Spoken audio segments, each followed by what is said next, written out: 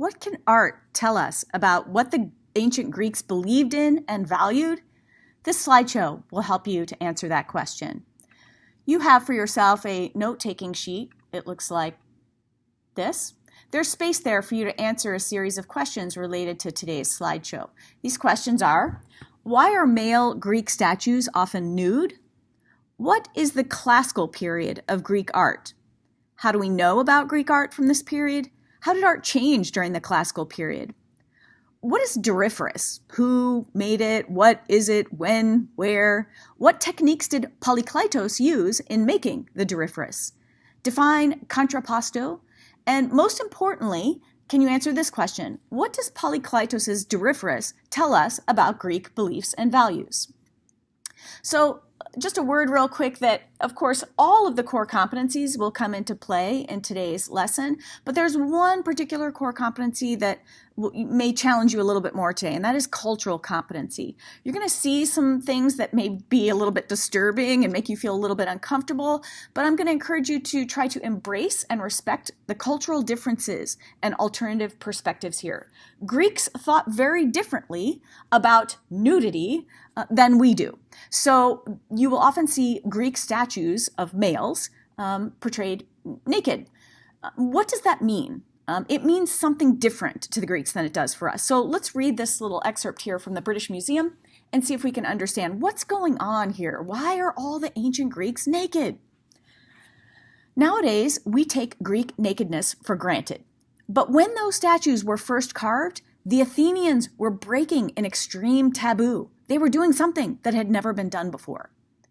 Yes, there had been naked figures in the art of earlier civilizations. You can see them in a 730 BC panel from Nimrud in ancient Assyria, now in modern Iraq. Let's skip down to here. But in the Nimrud panel, which is also at the British Museum, it is dead enemies of the Assyrians who are impaled and naked and on stakes. Other naked men have their heads chopped off. The victorious Assyrians, however, are all clothed, right? Let's follow this link here. So it's the Assyrians have clothes on here that you can see, but their enemy up here has his head cut off. And the enemies laying on the ground and other places on the panel are all naked, right? Because they're losers. But this is not how the Greeks would have seen it. There was a vital difference in civilizations that existed before the Greeks. For them, nakedness was a sign of weakness, a sign of losing the battle and of your body being humiliated. The Greeks were the first to see nakedness as literally a heroic state. Wait a minute, so it's different now. For Greeks, being naked is the sign of being a hero. It's a sign of being great. Greek nudity is a sign not of humiliation, but of moral virtue among the social elite of male citizens, says Neil McGregor, who's director of the British Museum. So it's a totally different thing for the Athenians, for the Greeks, to portray someone who is naked. Let's just keep that in mind as we're looking at these figures today. We're going to look at 3 different periods of Greek art. One, starting in 900 BC, is the geometric. Then there's a brief gap before you get to the Archaic period, beginning in 600. And then everything changes in 480, and you have the beginnings of what is known as the classical period of Greek art. Let's start with geometric. If you take a look at this krater, a krater is just a container for holding liquids. And you can't tell from the image here, but this is like a 3 or 4 foot tall container here. And it's painted. And I think you can probably guess why this is called the geometric period here. Let's make some observations about the figures that you see. What is the subject here? How would you characterize the skill of the artist? Okay, so the subject here is a funeral. It's actually a funeral krater. It would have held offerings at someone's funeral. And you can tell because here's your dead person right here being carried out to the funeral by some friends here. You have some warriors here and a horse and a chariot. But I think you can probably tell that the artist here is not really concerned with making this look natural, like realistic. They're not really concerned with true human anatomical form. It's very, artists would call this stylized. There's really no sense of depth.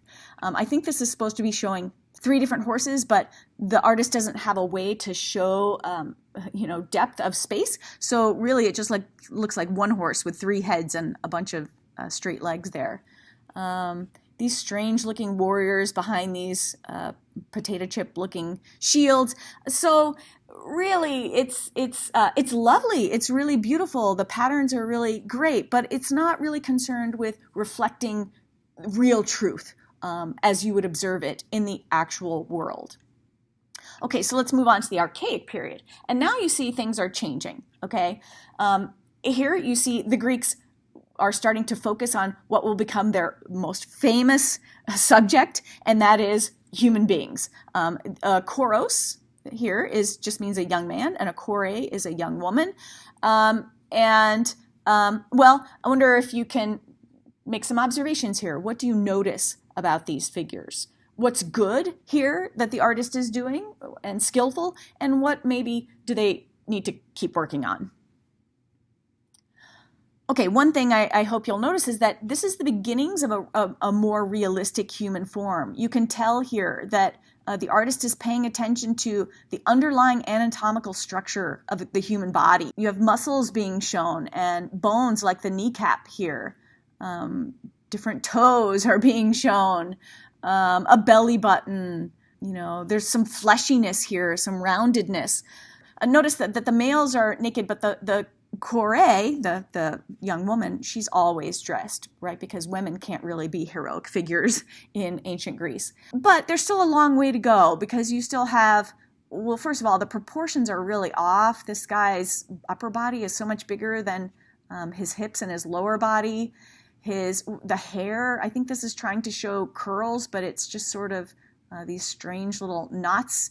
You have this very stiff, bunched up fists and a very stiff stance. This is not really what human movement looks like. If you try to walk, this is not what it looks like. So there's still, and there's this creepy smile. It's actually called the archaic smile, right? What is that? So they have this kind of blank expression in these alien eyes. They're not quite human yet, but they're getting there. In some ways, there's not much difference between those figures, those Greek figures, and much, much earlier, older Egyptian art. There's very little that separates them in terms of skill. So while the Greeks are advancing, they're just now sort of catching up to the older, more advanced Egyptian civilization in terms of art. Okay, and then things are going to change dramatically in 480. And that's because something happens that's big in Greek history and will change everything. This is called the Persian Wars. The Greeks are going to go to war against the mighty Persian Empire. And you can see here by this map, the huge expanse, everything in purple, is under the control of the Persian emperors Cyrus and Darius and Cambyses. Just a massive empire. I think it may have been the largest empire up until that point. Meanwhile, you have the little Greeks over here, separate, isolated from each other, different city-states on the Greek peninsula. You would expect that the Greeks would lose this war, but actually, that's not what happens. Remarkably, the Greeks win.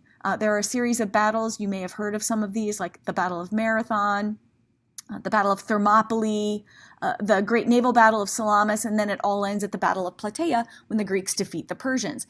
This is a huge moment for the Greeks. Everything will change, and with that, art will change as well. That's why 480 BCE is considered the beginning of the classical period. Let me show you a piece of classical art. This is called the Kritios boy from 480 BCE. It's in marble. It was found on the Acropolis in Athens. What's different here? How is Kritios boy different from this earlier Kouros from the Archaic period? What differences can you observe? I hope what you notice is that it looks much more natural, much more realistic. It looks like a human, like maybe even a living human who's actually got some thoughts going on here and some underlying anatomical structure. So here the Greeks have done something that no one has ever done before. They have used their eyes to observe reality, to study the human form, and to recreate it as realistically as they can. So what you have here is no more archaic smile. He actually looks like a person who might be having real, actual thoughts. The stiff stance is gone. He's sort of balancing his weight on one leg almost and sort of turning his torso a little bit. So that stiffness is now gone. And he looks more relaxed and natural. Okay, but here's where we're getting to. In about 30 years after Kritios' boy, a great artist named Polykleitos made a piece called Doryphoros, which means spear thrower. He would have been holding a javelin here. This is an athlete. He would have been a javelin thrower, like you see in the Olympics. Greeks were obsessed with athletes for all kinds of reasons. They considered them the highest form of human, someone who had a balance between having a great mind, but also a great body. That was the Greek ideal. So I wonder if you can make some observations about how Polykleitos' Doryphoros over here has evolved from the slightly earlier Kritios boy. What has changed? Okay, I'll let this art historian explain to you what's going on in Doryphoros. Philadelphia. Let's look today at a work of sculpture from ancient Greece. This is the Doryphoros, or spear bearer, from around 450 BCE by the sculptor called Polykleitos. This work was so revered by later artists that it was copied many times. In fact, what you're looking at here is one of the copies. Polykleitos' original sculpture was cast in bronze, but the original is lost. Sometimes bronze sculptures were melted down when their style fell out of favor, or when metal was needed for other use, such as weaponry. Luckily for us, this Roman artist copied the original in marble before the bronze was destroyed. The much harder, more durable metal sculpture would not have needed the carved tree trunk for support that you see in this work. Whereas the Egyptians and other ancient cultures most often showed their all-powerful rulers or their gods in art, the Greeks focused more on the nobility of the athlete and of the human body itself. It's for this reason that so much of Greek sculpture is presented in the nude. The artist, as Greek culture itself, viewed the human body as one that revealed a kind of rational perfection. So here we see the idealized, fit, muscular body of this young man as he stands completely at ease. There's an interest in Greek art of this time in showing human beings as calm, rational, in control. This was, in fact, a period when the Greeks themselves felt very much in control of their world. They had recently expelled the invading Persians from Greece, and they were constantly making discoveries about the world around them in fields such as astronomy and mathematics. This sculpture itself adheres to a mathematical system of proportions devised by the artist. Its height is equal to precisely 7 times the height of the head.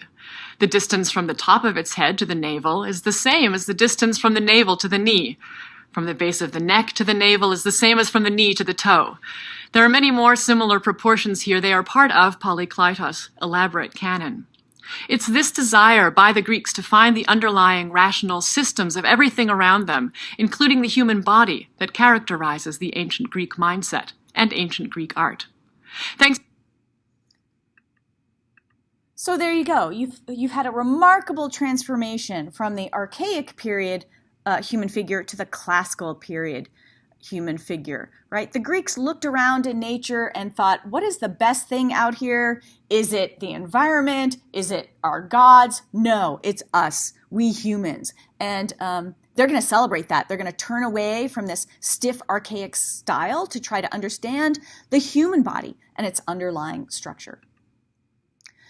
The Greeks are really interested in human movement. And representing a moving human body is an incredibly complex thing.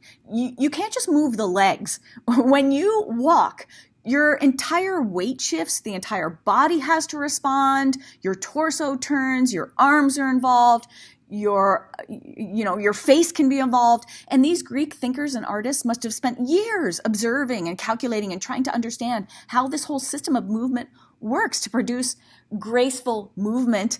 You can really appreciate this when you look at what scientists have tried to do with robots. I'll just play this real quickly. Notice robots trying to simulate human movement and how difficult it is. I'll speed it up a little bit.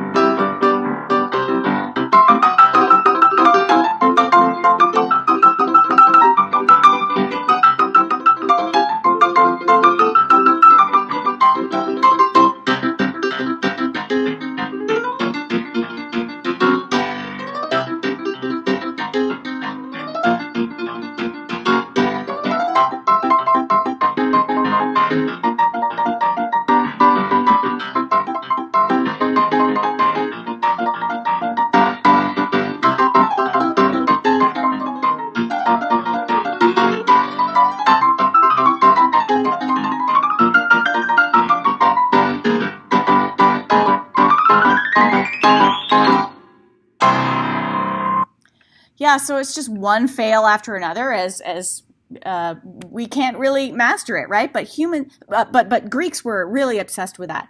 One technique that they came up with to represent human movement and to show human movement, I mean, Doryphoros here looks like he is actually walking. This is what it looks like.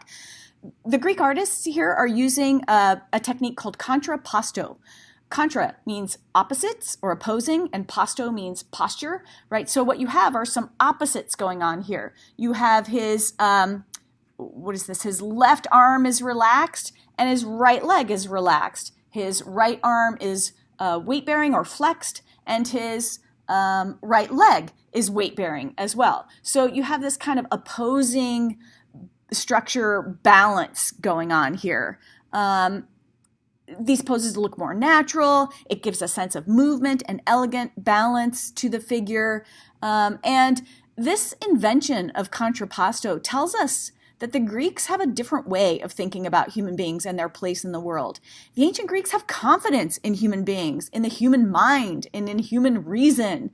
You can see that in lots of areas of ancient Greece. But this confidence of ancient Greeks in humanity really is being expressed here in Contrapposto. There's another thing going on here in Greek art too, and that is mathematics. Polykleitos, the artist who made Doryphoros, was also a mathematician, and he was influenced by the famous philosopher and mathematician Pythagoras. Pythagoras is said to have taught that all is number. In other words, that the workings of the universe can be understood and expressed in terms of mathematics. That nature itself, in ideal forms, that can be mathematically calculated. This, in many ways, is an amazing idea. It's sometimes said to be one of the most fruitful and amazing notions of any human idea ever. Today, none of us really questions this idea that if you want to understand our world and to make further advancements in our place in it, it's necessary to study math. This comes from Pythagoras, this idea that there is an underlying structure to reality that can be understood and expressed in numbers. Here's just a fun fact. You've probably seen this famous painting by Raphael. It's a famous 16th century Italian artist that portrays all the great figures in ancient Greek thought. You have a philosopher Plato here and a philosopher Aristotle here, and we'll learn more about Socrates over here. But guess who's here as well? Well, Pythagoras. Over here in the corner, Pythagoras is doing some masterful mathematic work, and you have people peering over his shoulders and watching him work there, right? This man who expressed such confidence in numbers to explain our universe. This is also happening here in Doryphoros. As a fellow mathematician, Polykleitos wanted to apply to art the idea that nature expresses itself in ideal forms that can be mathematically calculated.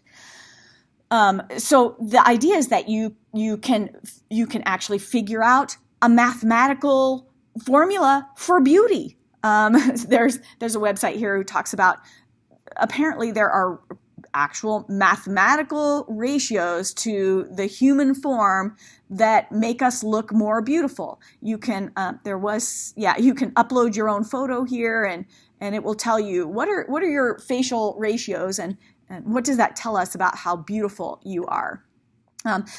I have not really read these studies here, but I just think it's remarkable that even today, right, 2010, here's another scientific study. The point is that scientists even today are still chasing this idea of what is the mathematical basis of beauty.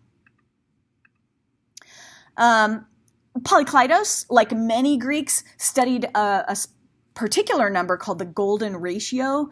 I cannot explain this to you. I tried to understand it, but it's too complicated for me. You guys could probably figure out. Ask your math teacher for details. The point here is that the Greeks really believed in math. Here's just an excerpt that tells me a little bit about the golden ratio.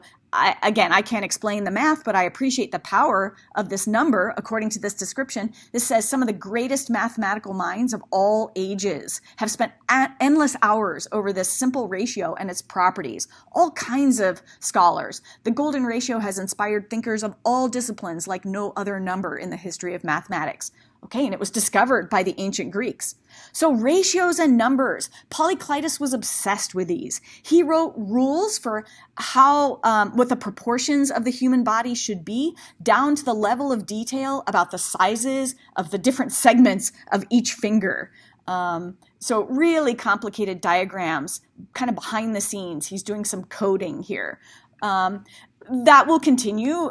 You may have seen this diagram from the Renaissance. This is by Leonardo da Vinci, 1,500 years later. But he's following in the footsteps of these ancient Greek artists, trying to define the most harmonious mathematical proportions in objective mathematical terms. So for Polykleitos, there was an ideal height for a figure, and he expressed it in terms of numbers. There was an ideal arm length, and that was related to the length of your thumb. So in the end, you have this fantastic piece of art that is kind of an ideal of human beauty. First, let's just sum up here. Polykleitos and Greek artists are really focused on the human body, right? The nobility, the greatness of the human body, and how it itself is kind of a like nature perfected. That you have this calm, rational, in control world. Both the subject here, this athlete, right? He's about to go compete, but look at his face. He's not nervous. He's not sweating. He's not crying. He's just like calm and cool and collected. But the artist himself here is also kind of showing off that he's calm. He's in control. He's got it all figured out with these ratios that he has defined. You've got Contrapposto going on here at the extreme, right? Just showing such confidence in the human form, right? In conveying a real, moving, living human being. Contrapposto expresses this harmony in the balance of opposites, right? The Greeks really believed in balance. And it's all based on some underlying mathematical reality, right? Which shows the Greek desire to understand the reality, right? And these underlying objective truths. Let me just show you real quick a few other classical Greek masterpieces also from the same century. You may recognize some of these. This is one rare original Greek bronze, not a Roman copy in marble, but it's called the Riace Warrior, and it was discovered, found in the sea off of Riace, Italy. Again, you see the Contrapposto. You see a lot of the same elements of Doryphoros here. Here you have another athlete. People aren't sure exactly who this is. Maybe it's Zeus, but again, found off the coast of Greece. You see here, as some art historian has said, the bright idealism of the Greeks. They loved perfection and took no pleasure in anything distorted or diseased. Probably the most famous Greek athlete, Dipylon here. This is a Roman copy of the original Greek bronze. Like I said, the free exercise of the mind and body, forms made beautiful by rigorous training, full of natural charm, attracted the brush and chisel, right? The Greeks loved hard work, people who worked hard to achieve great perfection, like this athlete here. So at the end of this slideshow here, I hope that you have some thoughts here about what a civilization's art, in this case specifically Greek civilization, what does their art tell us about them and their beliefs and values?